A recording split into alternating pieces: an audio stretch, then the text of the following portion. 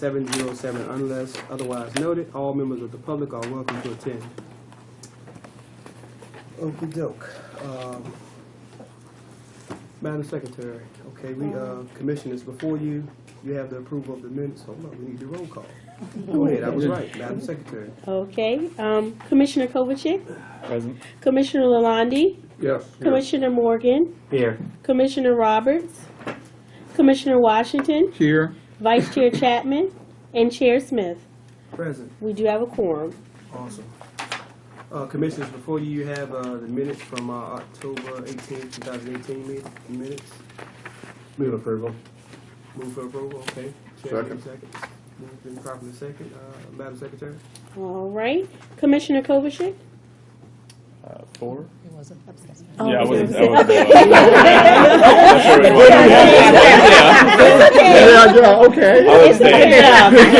Okay. Okay. All right. Commissioner Lalonde? Yes. Commissioner Morgan? Yes. Commissioner Washington? Yes. And Chair Smith. Yes. All right.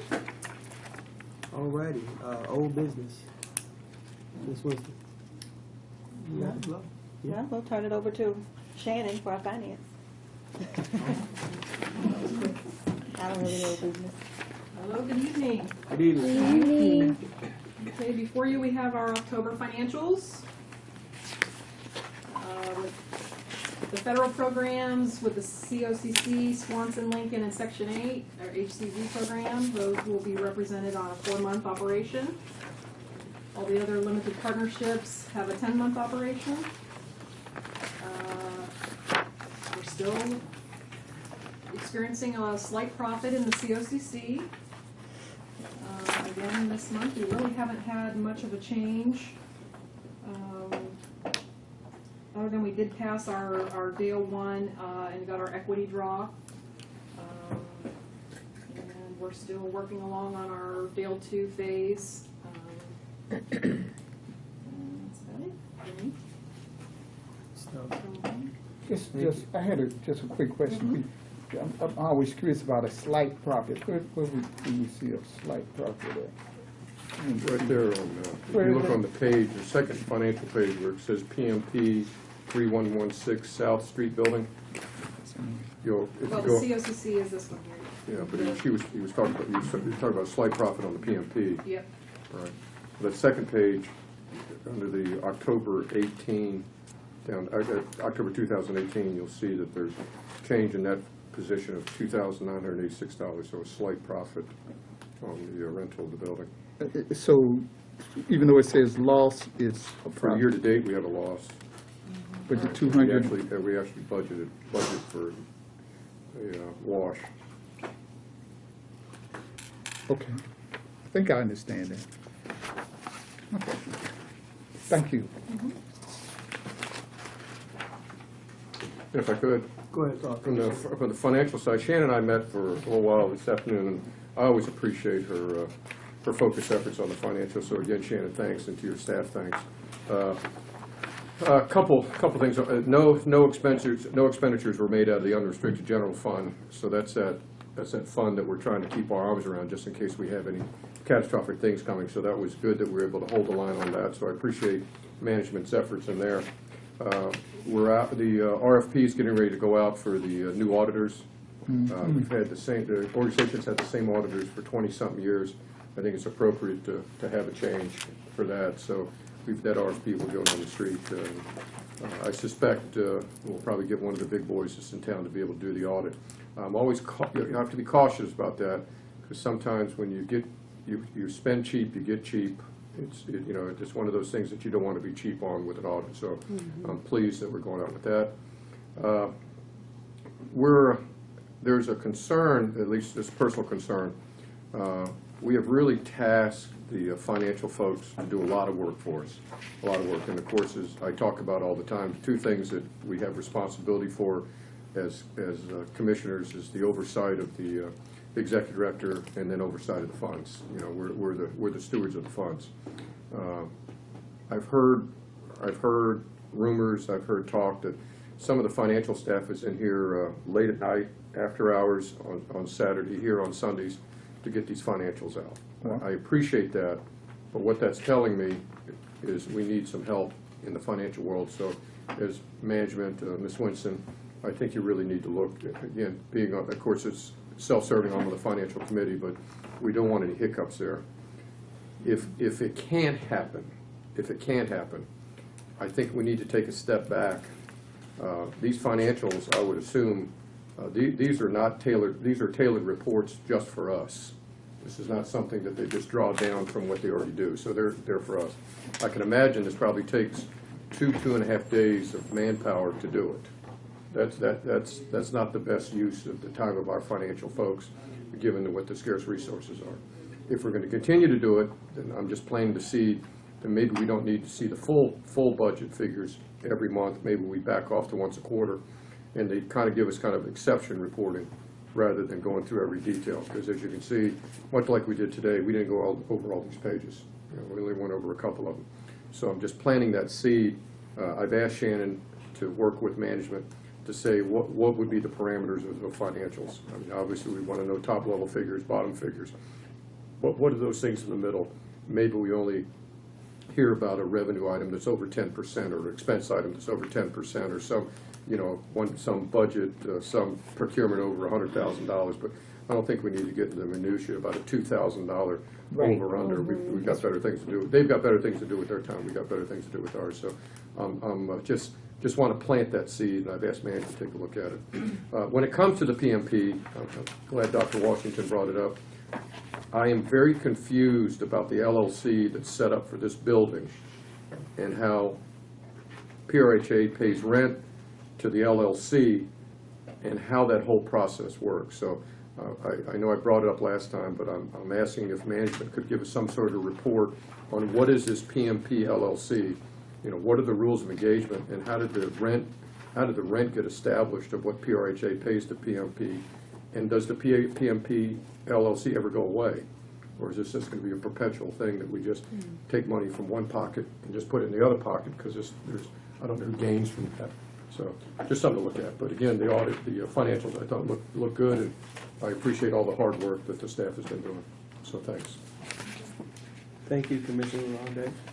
Can I ask one question? I'm assuming when the audits are performed, those types of financials, are they eliminated in the final numbers because they're all related? Okay. So basically what it's telling me is that it's just a way to correspond and put expenses related to the operations of the building, which are going to be in the final numbers when all is said and done. Thank you, Commissioner Morgan. Anything, Commissioners, anything else? There being none, all right. Go to the next item. Procurement, no business. Housing.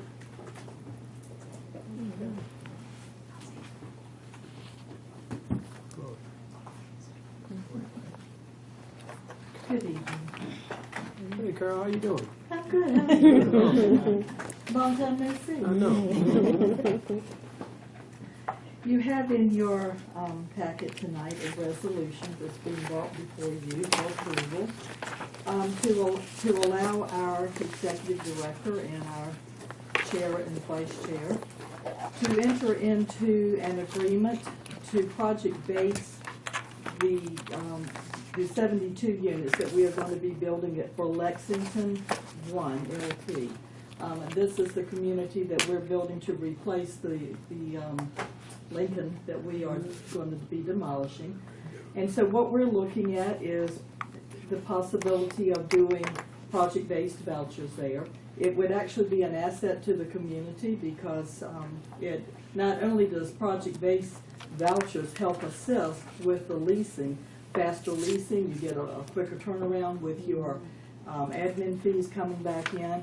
It also reduces the fluctuation in vacancies, etc., and it enhances the neighborhood. So we're looking to project-based when we build the property back, and so we're looking to build 72 units in phase 1. So this is just merely giving permission for us to project-based. Of course, we won't be doing that until 2019 or 2020. So this is going to be down the pipe, but we're just asking permission for us to submit to HUD our intent to project-base those properties.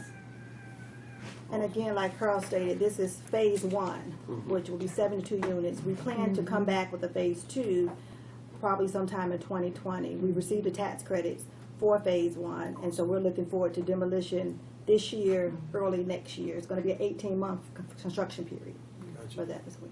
Got it, Mark. Is this just another name for what we're doing with RAD? That's- Or is this something different? Well, we're actually going to be demolishing Lincoln Park. Right. So this will not be RAD, this is going to be project-based vouchers. Okay, so the it's- RAD- It is a little different, yes. Okay. How so? Yeah. Well, project-based vouchers, we have project-based vouchers at Lincoln and Phoebus and King. Hope and- Village. And Hope Village, yes.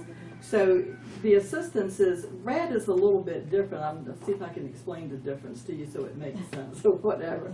But with project-based vouchers, you enter into an AHAP with your contractor and so forth, and then you enter into a HAP agreement, and you are providing rental assistance to the families that are selected for your project-based properties. They remain in property for a year.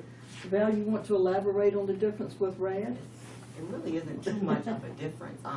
Okay. The way we late charge or the way we send lease terminations, Okay. because it's basically the same, that you're gonna be in a HAP contract. Okay.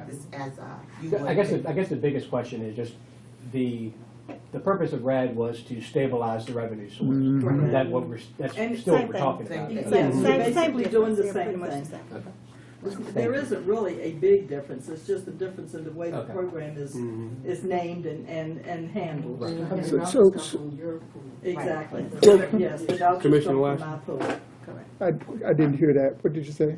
The vouchers will come from the HCV pool, and so it's basically, there's still, both of them are project-based assistance, but there's a difference in, because you're doing project-based vouchers, the vouchers are coming from the Housing Choice Voucher Pool. Okay. So I'm taking a certain number of vouchers out of my tenant-based vouchers inventory and making them project-based.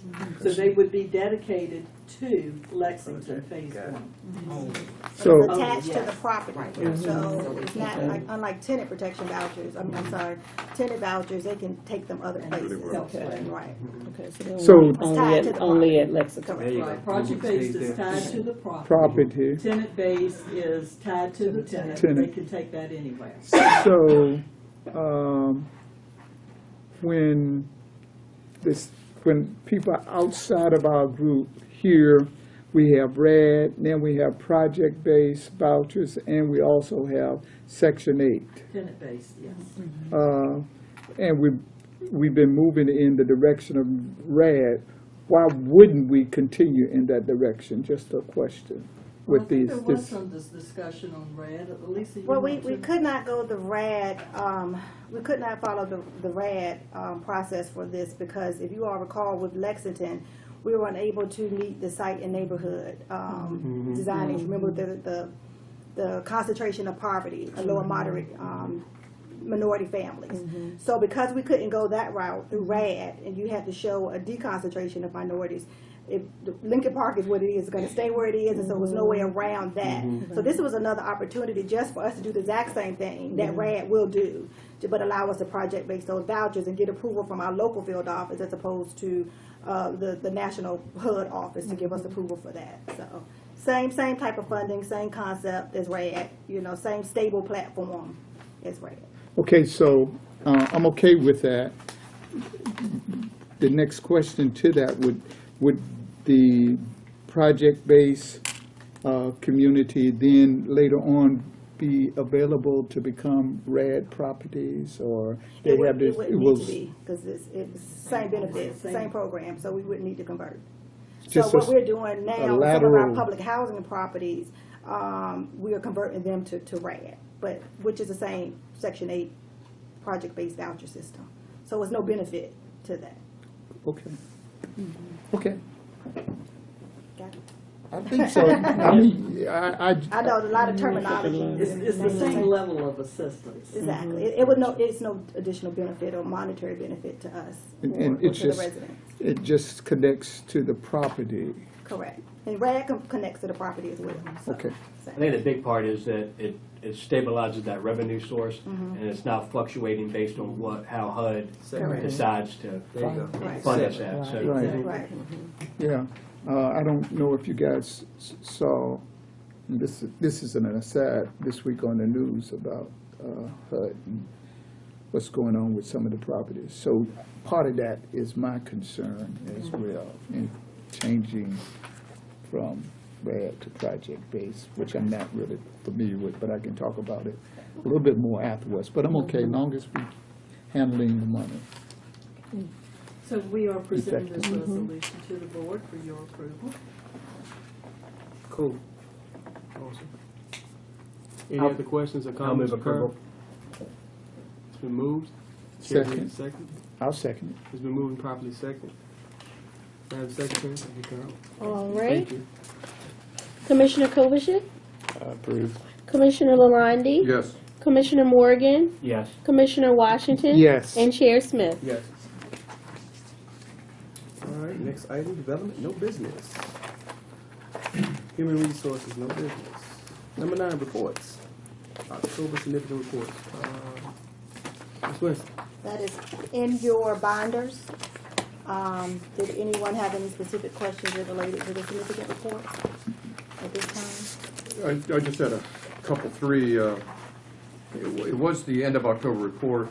I show on the first page the occupancy that are vacated, so I appreciate that. But we still show Effingham Plaza on the back for vacant unit inspection reports. I didn't know if that was just an oversight, because that will drop the number of units that we have for us to inspect. So that 178, I'm assuming, needs to come out of there.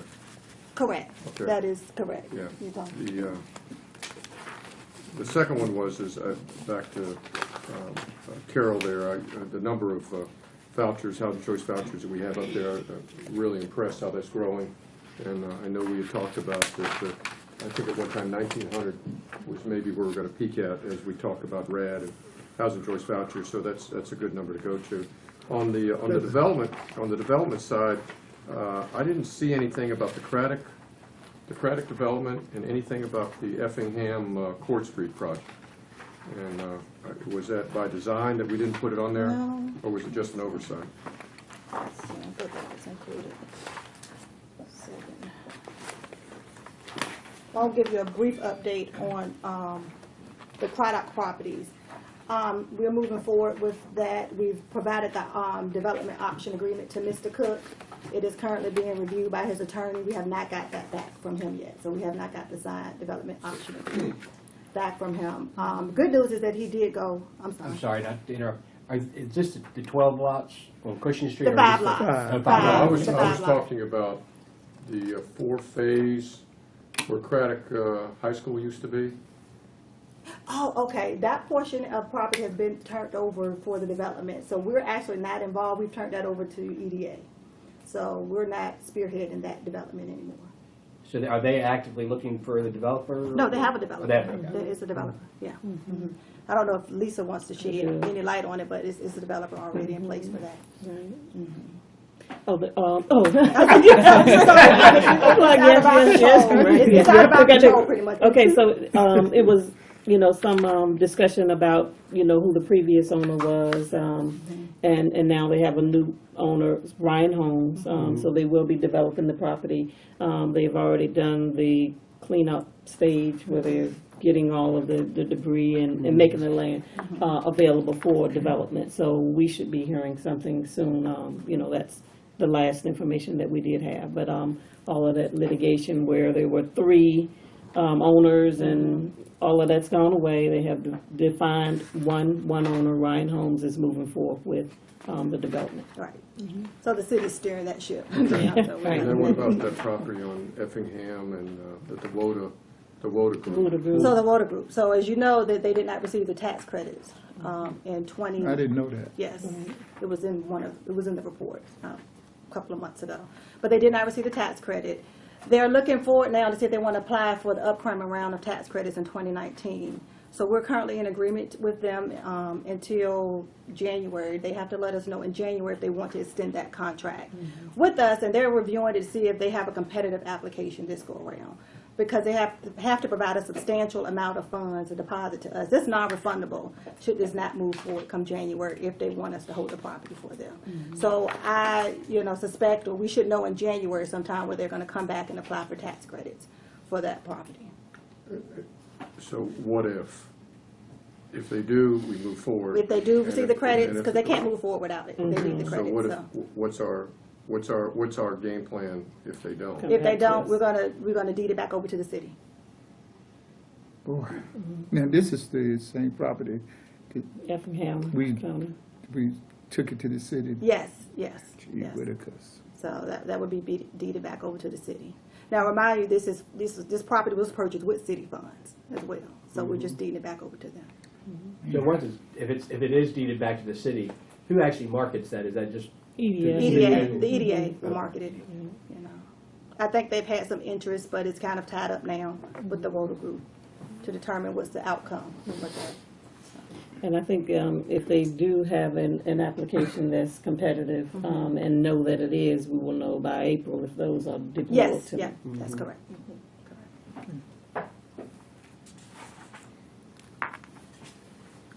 I'm sorry, I think that's all I had. Thank you. No problem, Commissioner. Any other commissioner comments? Just not in regards to that, but in regards to the evaluation, is this the appropriate time to speak Hold on. on that? Yeah, we're gonna go and close on that. We're gonna go into close Yes, on sir. that? Okay. Okay, where are we now? Remarks? Yes. Executive Director comments? Well, as you can see, I'm filling in for Mr. Bland today. His grandson is ill, so our prayers go out to him and his grandson. So I'm not sure when to anticipate him back, but let's pray for him and his son and his daughter. Welcome to our new commissioner. We're glad to see you there. For you, and because we also have a new commissioner, Mr. Morgan, as well, we wanted to provide this opportunity for our department, our directors, to tell you a little bit about what they do and what departments they're responsible Before you do that, tell us about you. Absolutely. So my name is Kyle Kovacic, obviously, you can see. I was in the Navy from 2007 to 2013, contrary to my Air Force brother.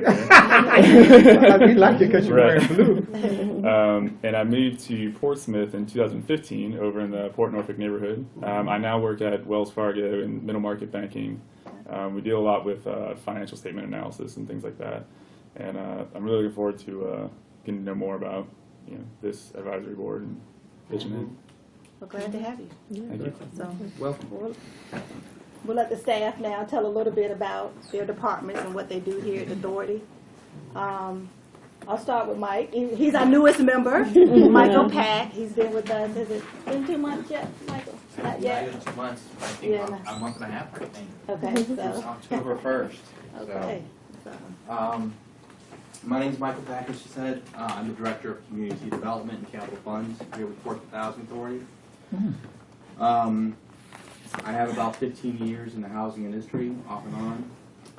And about 9 years of that, roughly, has been with various housing authorities. I've worked at Newport News Housing Authority, Chesapeake Housing Authority, back to Newport News, and here I am with Portsmouth.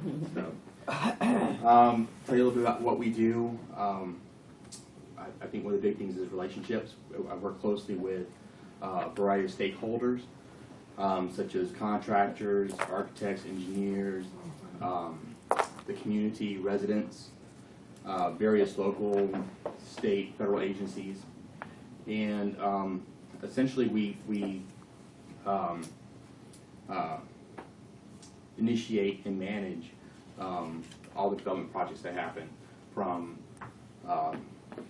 improvements, modernization, new construction, renovation, acquisition, disposition, leases, easements, et cetera, whatever it takes to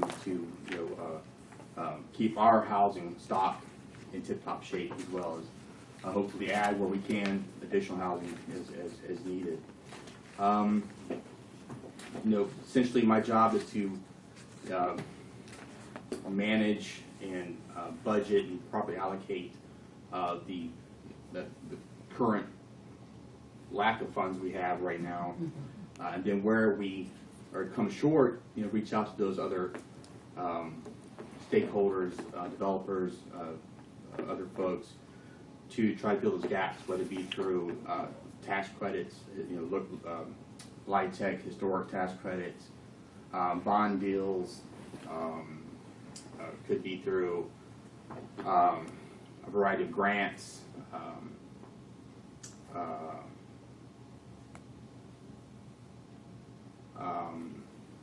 sometimes we cover costs, whether through opportunity costs such as value engineering, really whatever it takes to get this project to come to fruition. I have one of the smaller staffs here, but really we're just problem solvers. We go out and find out what the projects need. We oversee those projects, provide quality assurance for those projects, and keep the housing authority out of trouble by making sure that, to our best ability, we're keeping things, in compliance, regulatory compliance with offices such as HUD, BHDA, DHCD, DEQ, all the city offices, planning, codes compliance, zoning, development, all those various offices, just to name a few. That's pretty much it. Thank you. Glad to have you. Welcome. Thank you.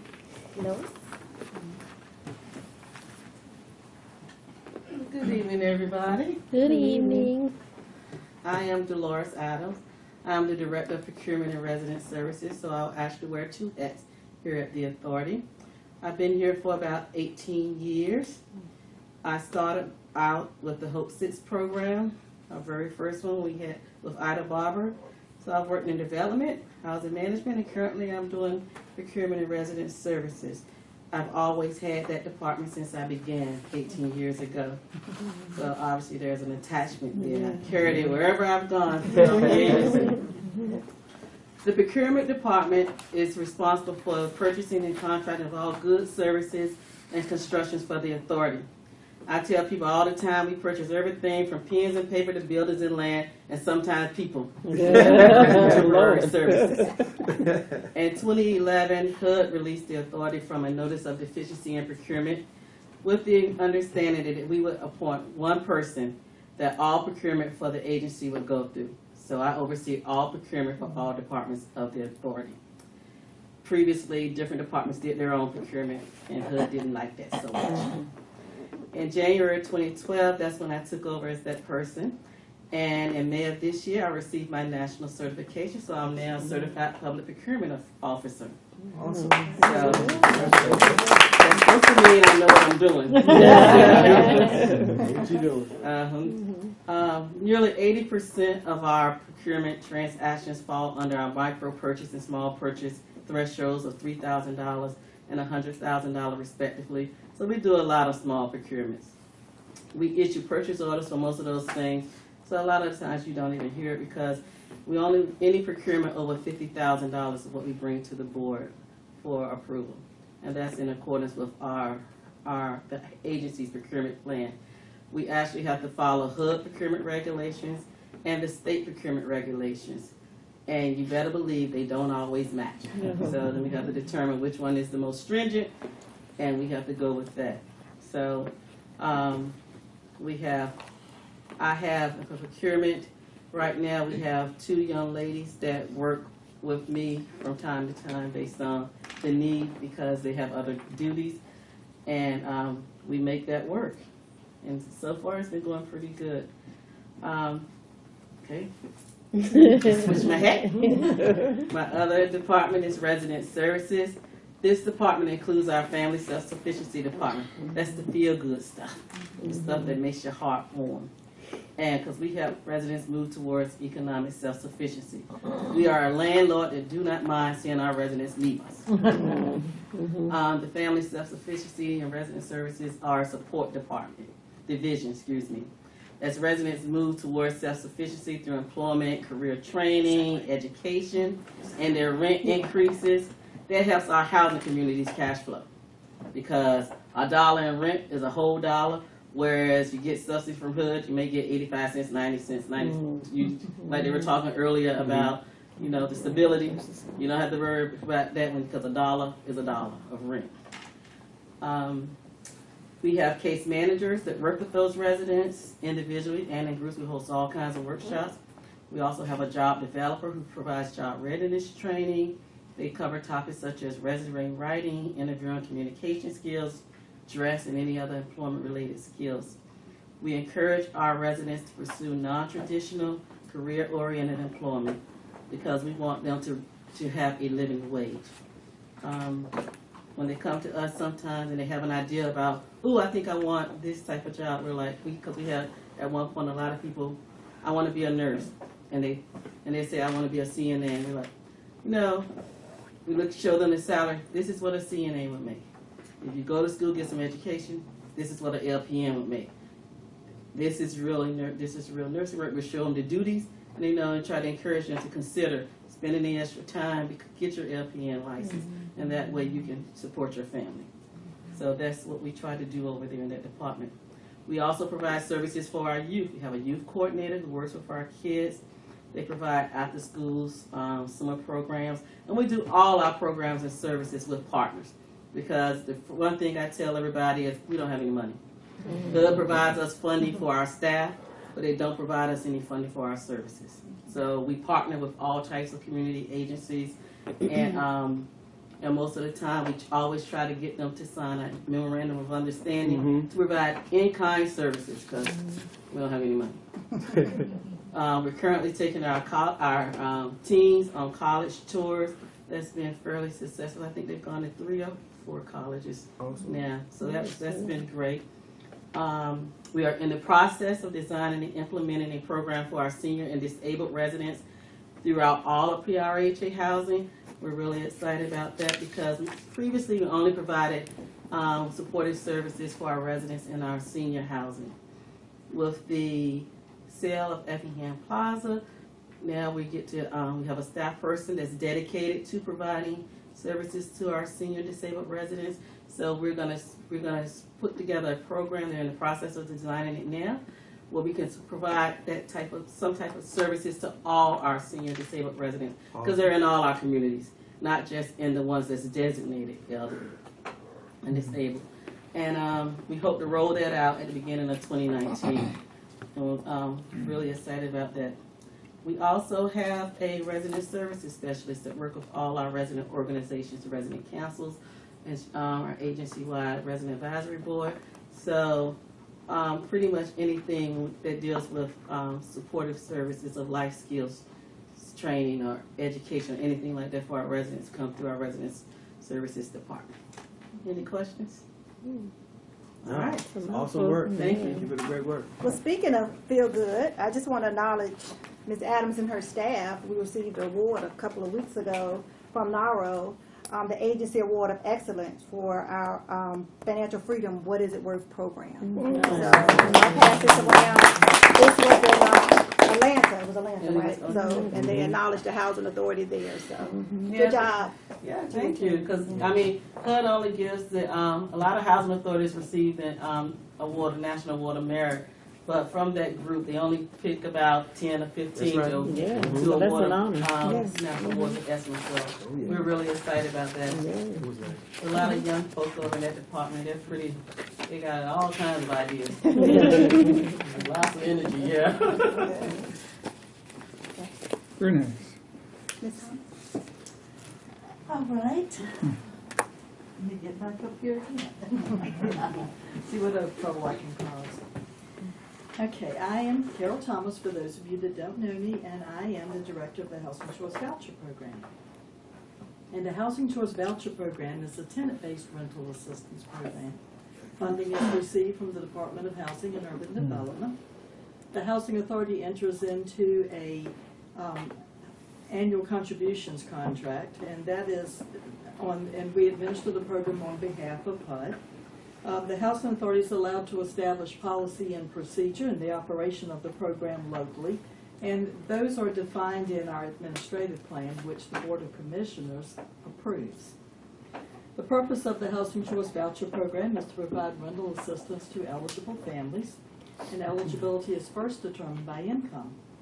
The program provides choice mobility to eligible families as the assistance is not tied to a unit. We talked about that a few minutes ago, but it is tenant-based, which means that once the family receives this voucher for assistance, they can take it anywhere within the city and rent property from a private landlord, or if they're eligible, they can take it outside of the city utilizing portability. Interested families apply to our wait list, and we had a very extensive wait list. When we took applications in 2016, we ended up with almost 7,000 applications. We've been working to purge the wait list during the past few months, and so we've gotten it down to just a little over 4,000. And the way that you're purging is you are sending out responses for your applicants to respond to, and whether or not they're still interested in the wait list. And of course, some of them that did not respond, of course, those applications were closed. Interested families make the application to the program. We review the application, determine their eligibility based on the HUD criteria. We're responsible for conducting outreach to property owners within the city, paying special attention to housing that is in non-poverty areas.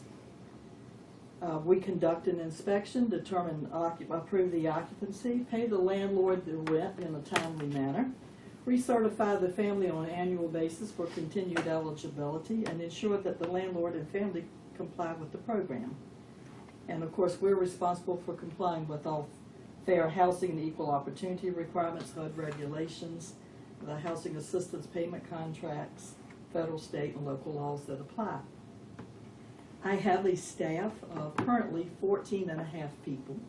I say half because I have a part-time inspector who works with us a couple of days a week. We are losing one of our staff members. She is retiring at the end of this month, so we'll be down to 13 and a half. I have an administrative assistant, 6 caseworkers, 3 full-time inspectors, an occupancy specialist, and a compliance officer. And we work very diligently to address the concerns and issues of our program participants as well as our landlords. Sometimes we have to mediate when there's issues that come about or help resolve problems. So basically, like Mike was saying earlier, we're the problem solvers too, and we solve problems all day long. I've been with the housing authority, with this housing authority, for about 16 years. I have actually 27 years experience in the housing field. Any questions? So your 13 and a half staff, they hit the ground running out to the different properties that we see listed, or? Well, for us, primarily our tenants are coming in here, our participants coming here to us to do their recertifications. The inspections department does hit the ground running, going out to the different properties, etc. Right.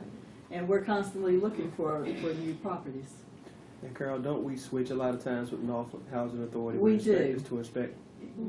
We have part of our allocation goes to project-based, which is, as I was speaking earlier, Hamilton, Phoebus, etc.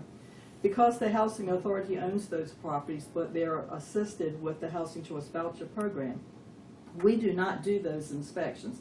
We certainly don't want to inspect our own property because it's going to pass, right? So we have reached an agreement with Norfolk Housing Authority because they also have property that they have project-based that they own. So we do their inspections and they do ours. Awesome. Thank you for reminding me of that. No problem at all.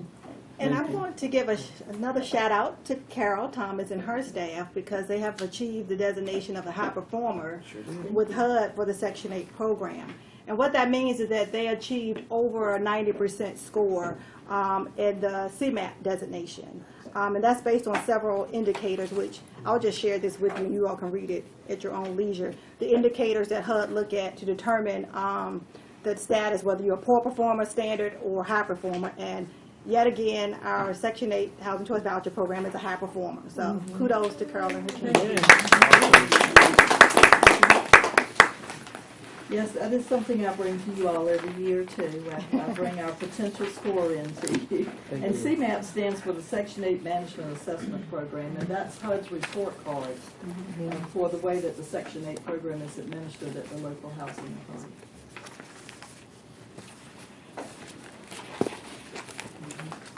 Okay. Ms. Sterling? Good evening again. I'm Shannon Sterling, and I am, hello, I am the Chief Financial Officer. I used to be the Director of Finance, but my title kind of got changed. I'm kind of the baby to the, I'm new. I've been with the Housing Authority. It'll be 2 years, the beginning of January. And also to housing, it's new. But I have almost 30, my oldest son's 31 years of accounting experience. I'm tied with Mike with probably the smallest staff. I have 2 tremendously wonderful ladies in the back that help out. I have an accounts payable assistant and accounts receivable that does pretty much everything for the housing, posts the rents. She does some of the miscellaneous cash that comes in, but and I pretty much handle all the other stuff. We're in the middle of doing an ADP conversion to get the payroll out from under me. My one girl that was doing the accounts receivable, she also was trying to help out part-time, but she had never had any payroll experience. So she tried to do as much as she could. So we're in the middle of doing that. That will help out tremendously. But pretty much I just handle everything about the budgets, financial statements, work with the investors, provide anybody any information that they want, but I pretty much handle all the money that comes in and all the money that goes out. Got to be conscientious because you've got to follow the HUD regulations, keep your federal stuff separated from your non-federal. So it's a very complex, learning a lot as we go along. Questions, comments? Ms. Jenkins? Good evening. I am Valina Jenkins. Everyone calls me Val.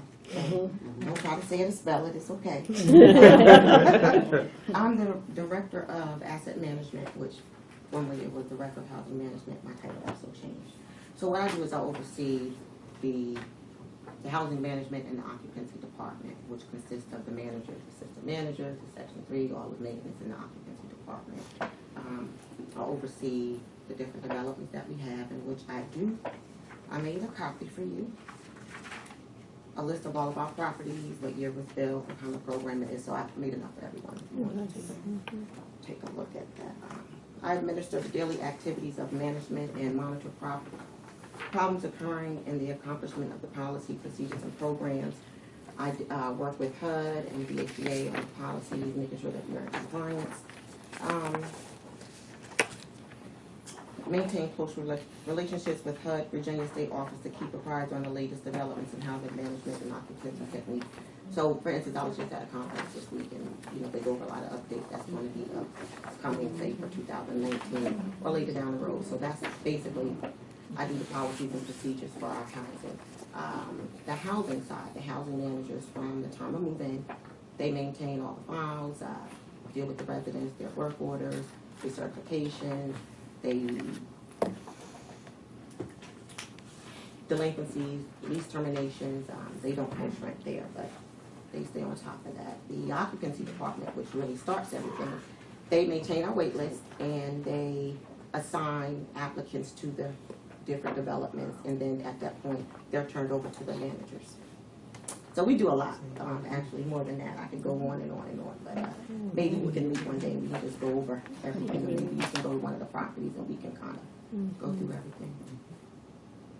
I have a staff of 38, which is the largest of anyone. I deal with many different personalities. I'm the mother, the grandmother, the teacher, whatever. So, and currently we have 1,433 units that we're over. Wow. Thank you, Val. Awesome. Ms. James?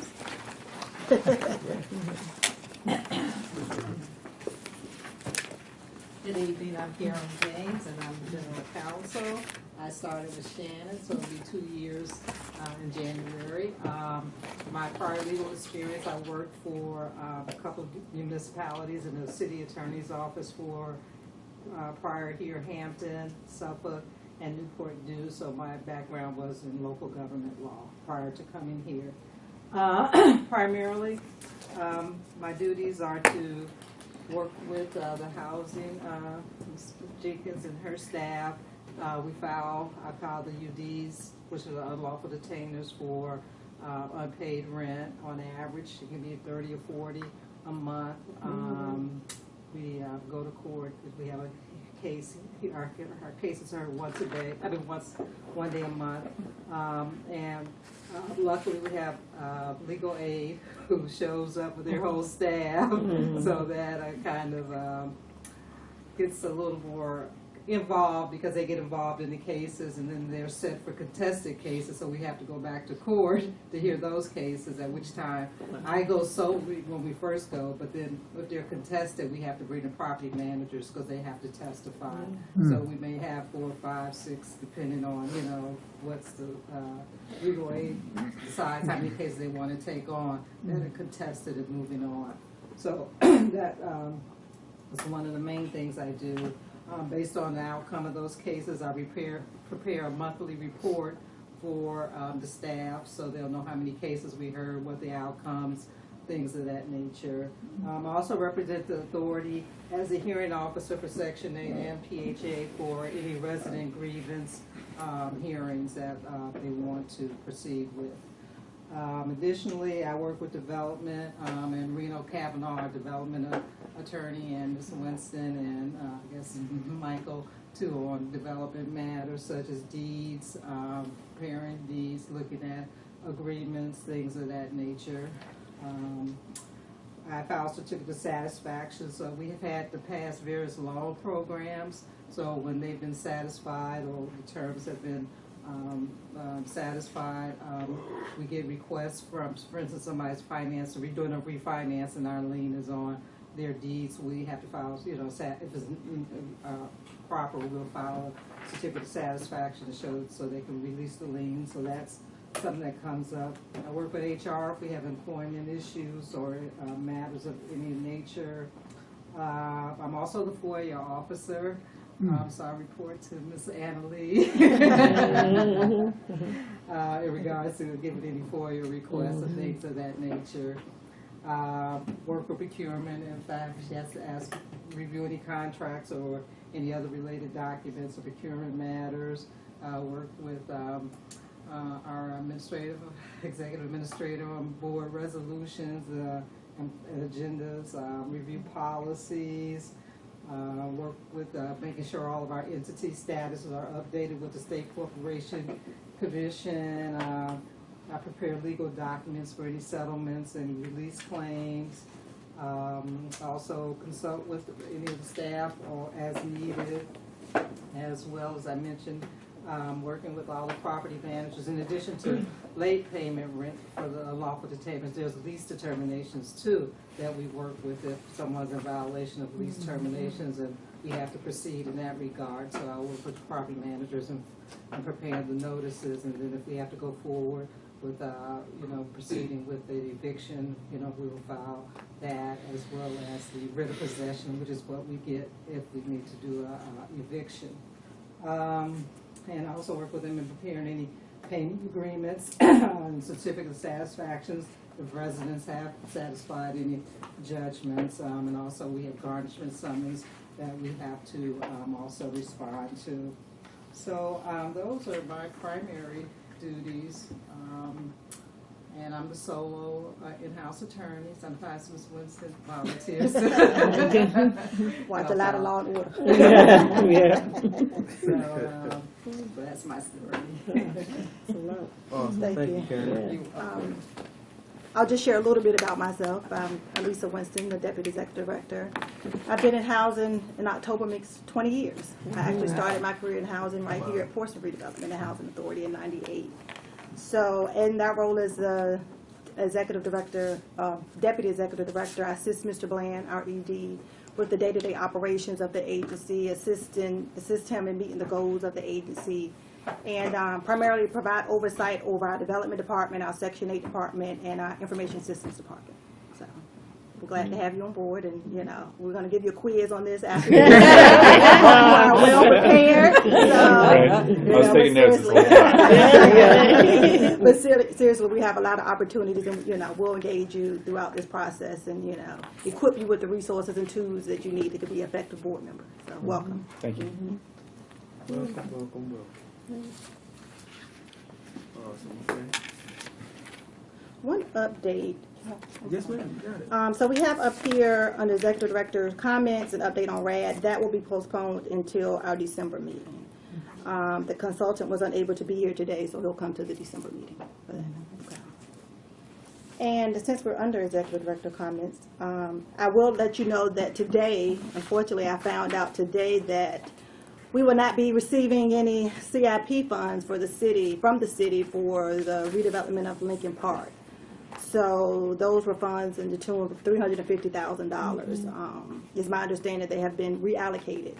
And so we will now have to, determine how we're going to make up that difference in order to redevelop our Lincoln Park. So just wanted to FYI you all with that. No CIP funds. No CIP funds. Do we have any idea yet in terms of what the agency, before the CIP funds, was going to have to invest in the Lexington project? Our money? So we're putting about $1.9 million of our money in. The city initially, I believe, was going to commit around $1.4 million, and what was appropriated was about $350,000. However, I did find out today that those funds were no longer available to us. So we have a gap now of about that $350,000. Okay. So the total investment, we're talking about $16 million. That's just for phase 1 of Lincoln Park. So that's $1.9 million in cash. $750,000 of that is capital funds. The other 1.1 is cash from the authority, non-federal dollars. Yes. Councilwoman, was there any rationale for, because I thought we had kind of hoped that money was going to be there. And we, not at this meeting that we just had on Tuesday, but the meeting prior to that, we received a resolution, and a lot of funds were reallocated, for use at the end of the year. We haven't gotten into the details of why monies were taken from capital improvement and moved to other line items, but there were about 5 or 6 that were done. One of the major ones that come to my mind right off the top was the mass at the pavilion, the Union Trust Pavilion. Using cash to do that was more than we had anticipated as well. And those are the kinds of things that, we need to have available. Nobody was expecting a crack to come into the Union Pavilion, but, we suffered a bit this year with some concerts because of the canopy wasn't there and the weather on some of the situations. So that's something that we needed to really do to prevent that from being another situation come May when the season starts again for next year. So we had a line item of about 6 things where money was reallocated to other line items. Sorry. Alisa, Yes. did you ever hear from anybody from the Federal Home Loan Bank?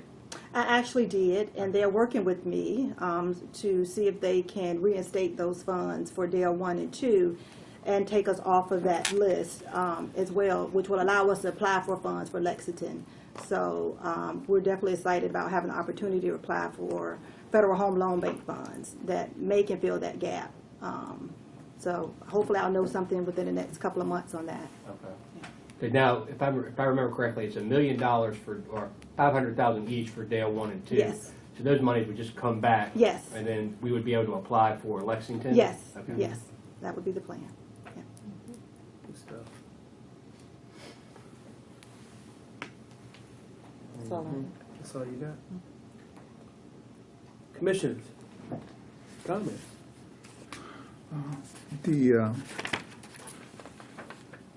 Yes, sir, go ahead. The only other thing I had was part of my question in the notes, and I can just ask it as a separate question.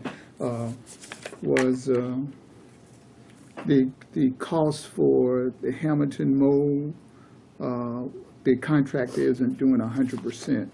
And I know we discussed it a little bit, but I didn't see that discussion reflected.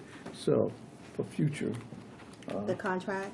the contractor isn't paying the 100% of the cost for the mold and the replacements of some of the units over there. Mr. Bland talked about it a little bit last time, but we can put it off to next time. Yeah, I'm not sure. We're currently working on that. We have, the consultant that we're working with, TAM, had devised a solution for us that they thought would fix the problem. And so we were looking to bid that work out, which we did, and provided to a contractor to go ahead and perform those works in those units. However, when he went out to the units, he said that he may have a better suggestion for us and a less expensive option that he think will do a far better job to make sure that this mold is remediated permanently. Because that's what we want. We want to make sure that it's gone once and for all. So what we decided to do is, it's 8 units now that we're currently experiencing problems. Now we're approaching a season that's really, that humidity is not an issue. So we don't usually have, issues from now until about May or June. So what we're going to go ahead is implement those systems, in those units to see if they perform, the way as designed before we implement them across the board. So that is the plan going forward. Yeah, and my question is only based upon the public news reporter presentation, and he said that when the contractor said that we won't be picking up 100% of the cost, but maybe that might not happen. We may get the coverage, and we won't have any out-of-pocket expenses, which is very positive. You may be talking about the actual work that was done to the windows and because we had some water that was coming in through the flashing of the windows in those units, and so the contractor did pick up 100% of that work. Great. So that was picked up 100% by that contractor. So he went back and he, did the work, and I think he may have 1 or 2 buildings that he still is working on now, and then that'll be completed. But he's picked up the entire cost of that. Great. So. Okay. That's all I have. I just had a couple, 3. I saw where EDA sent out, at least I got it, I'm assuming all the other commissioners got it, about their holiday reception. I didn't know whether we were going, whether we as an organization are supporting this.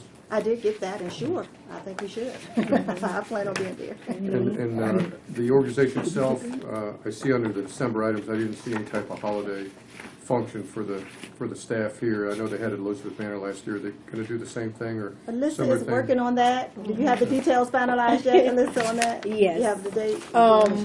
Yes, I just haven't sent out invitations just yet, but it's December 21st. It'll be at Roger Brown's banquet room, and it'll be from 8 to 11, but I will be sure to include the commissioners. You're welcome to come. Just trying to get details together. So save the date. Yes, save the date. And I'm just going to make one last comment, because I don't intend to bring it up again.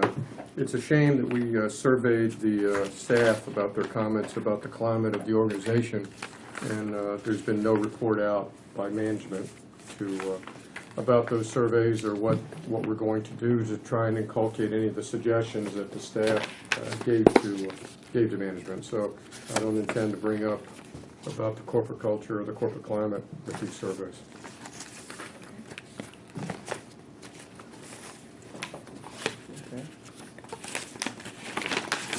Anything else, other commissioners? Thank you, Bruce. Well, the network conference was incredible. We won that award. It was a beautiful thing. People saying, "Hey, you from Portsmouth?" I said, "Yeah, I am." Where was this? National conference. Where? Atlanta, Georgia. Okay. Learned a lot about housing, about which we did before, residents becoming homeowners. And the lady explained one story which is so beautiful to me, and my mouth was like this dropped. Like, I have a house in Newport. It's probably, say, when they first built in 315. That house down there can go for anywhere from 110 to 115. Lady got a house something similar to mine, because of the, how they sell houses in Atlanta. And it's a program called, and I know you all probably know of it, NANC, where they help with the financing and the funding. And it was so beautiful how they said this one young lady applied for a house. House worth $95,000, and they took care of a lot of the things for her. And she was, working and able and doing what she needed to do. She got the house for $95,000. Her mortgage is $327,000, 30-year mortgage. That's powerful. I said, I got to take that back home. I got to figure out how we can do that, which I know we can do. And that was just beautiful. It had me so excited. And I'm glad I went to the training to sit in and listen and get the information for the folks, which I got to give to you all. And just looking at what the Atlanta Housing Authority is doing there, because a lot of those folks were involved with that. And it's just a beautiful program, like we did with Westbury, and how they did Broad Creek and Norfolk. I said, we got to do it again, because you got some folks that are ready to move on, get them out of that mindset that you got to stay here for 20 years. So that was a beautiful thing, and what I got from that. And they'll be sending me some PowerPoints as soon as I get them. I'll be sure to make sure you all get it as well. But again, as always, thank you for your service, your time, and your expertise in what you do, because you ain't got to do this. And staff, keep up the great work as always. Keep up the great work.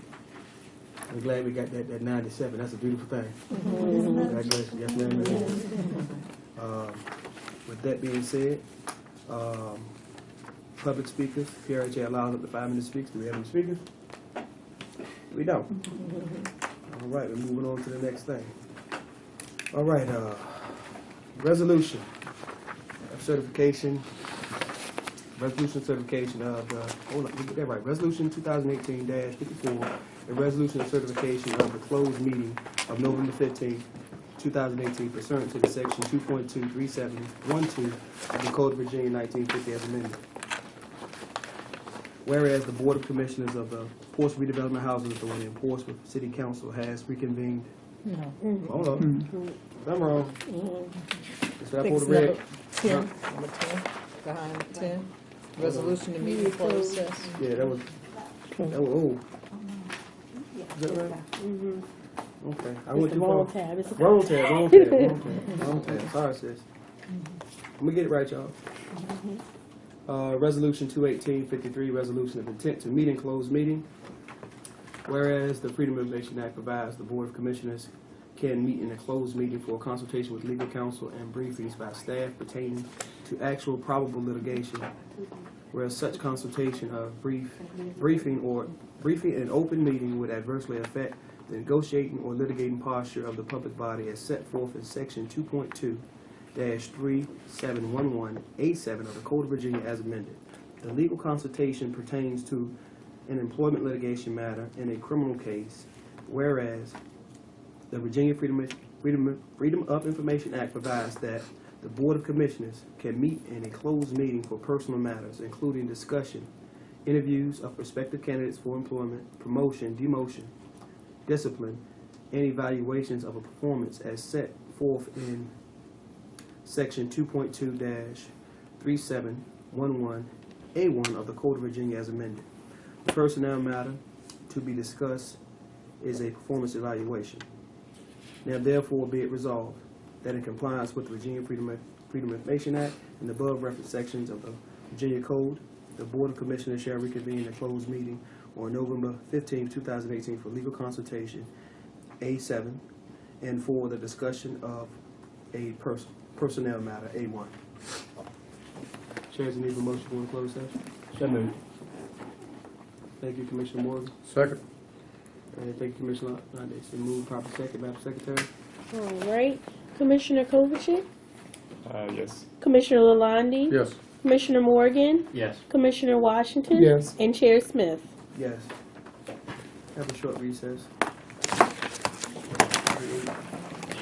Great job. Yes. Your wife? My pen. You use it. You need a pen?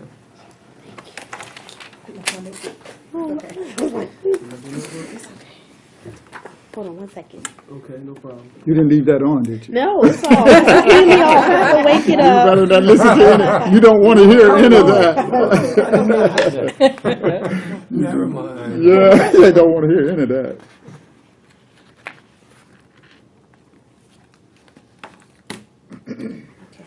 All righty. Resolution 2018-54, resolution of certificate of the closed meeting of November. Is that right?